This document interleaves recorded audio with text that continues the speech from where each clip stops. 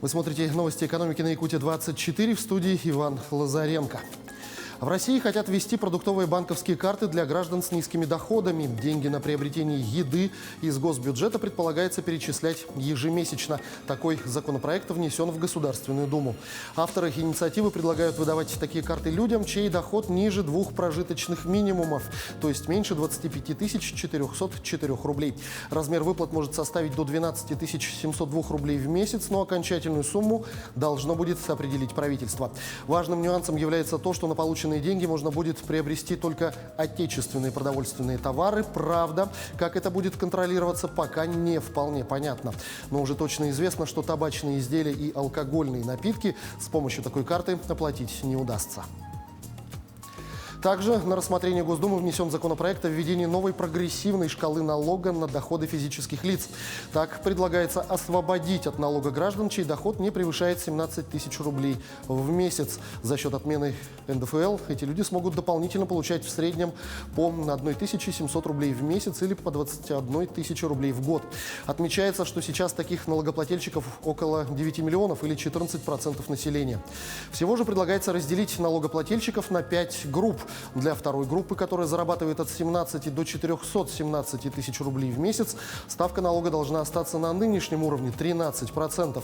Согласно документу, это самая многочисленная группа. В нее входят около 54 миллионов человек или 86% от всех налогоплательщиков.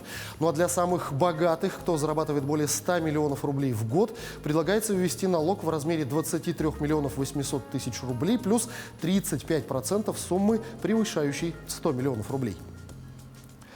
Роскомнадзор может полностью заблокировать интернет-сервис Twitter, если в компании не выполнят требования об удалении запрещенного контента, сообщили в ведомстве.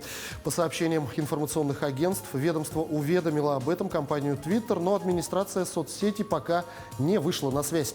С целью защиты российских граждан и принуждения интернет-сервиса к исполнению законодательства на территории России с 10 марта приняты меры по первичному замедлению скорости работы сервиса.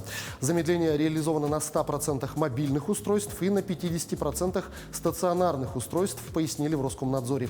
Причиной применения мер в отношении Twitter стало распространение через сеть информации суицидального, наркотического и порнографического характера. Тем временем Facebook запускает облегченную версию принадлежащей ей социальной сети Instagram, предназначенную для использования при слабом интернет-соединении. Получившая название Instagram Lite версия будет доступна более чем в 170 странах мира. Для загрузки приложения на устройство с операционной системой Android потребуется всего 2 мегабайта, что значительно меньше, чем для полноразмерной версии, которая требует около 30 мегабайт. При этом компания заявляет, что сохранила ключевые функции, включая возможность проигрывать видео и отправлять сообщения. Ростуризм надеется, что курортный сезон в этом году будет полноценным и пройдет с мая до конца сентября, заявила руководитель ведомства Зарина Дагузова. Как пояснила глава Ростуризма, подготовку к летнему сезону уже начали сейчас. И есть надежда, что он будет полноценным, так как ситуация нормализуется. Доступность путешествий предполагается обеспечить за счет расширения чартерной программы, запущенной в прошлом году. В частности, предполагается в этом году запустить 12 новых направлений с прямым перелетом из нескольких крупных городов России. Кроме того, будут запущены железнодорожные круизы. Возможности такой программы Ростуризм уже проработал с РЖД.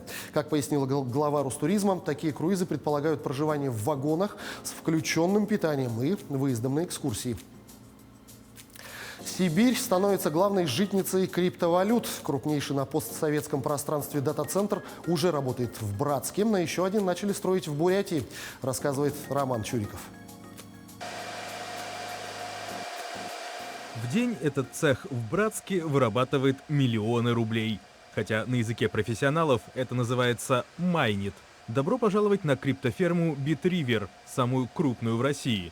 Предприятие расположено на берегу Ангары. Отсюда и упоминание реки в названии. Здесь производят биткоины и другие виртуальные валюты люди со всего света. Абсолютно крупнее нас здесь нету.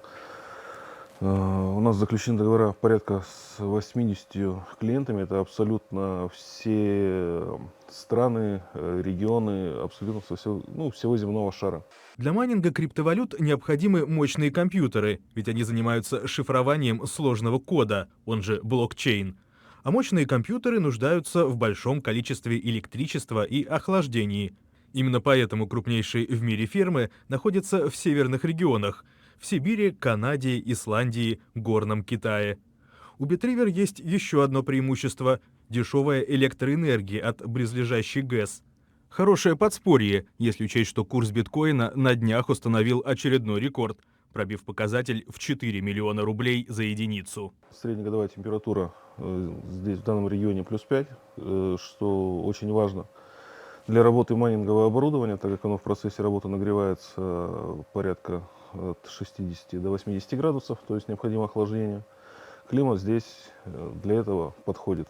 Здесь порядка 8 месяцев, здесь зима.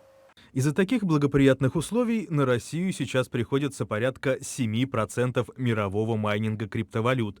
И это без учета черного и серого рынка. Такой оценкой поделился с Рейтер генеральный директор Bitriver. На эту компанию приходится от трети до четверти всей добычи. И в ближайшее время этот показатель должен увеличиться. Ведь в планах постройка еще одного дата-центра в Бурятии. Туда уже отправили 14 фур с оборудованием. Свою прибыль майнеры не афишируют, но напоминают, что биткоин подорожал в 3 раза с прошлого ноября. На этом у меня все. Оставайтесь в курсе экономических событий на Якутия 24.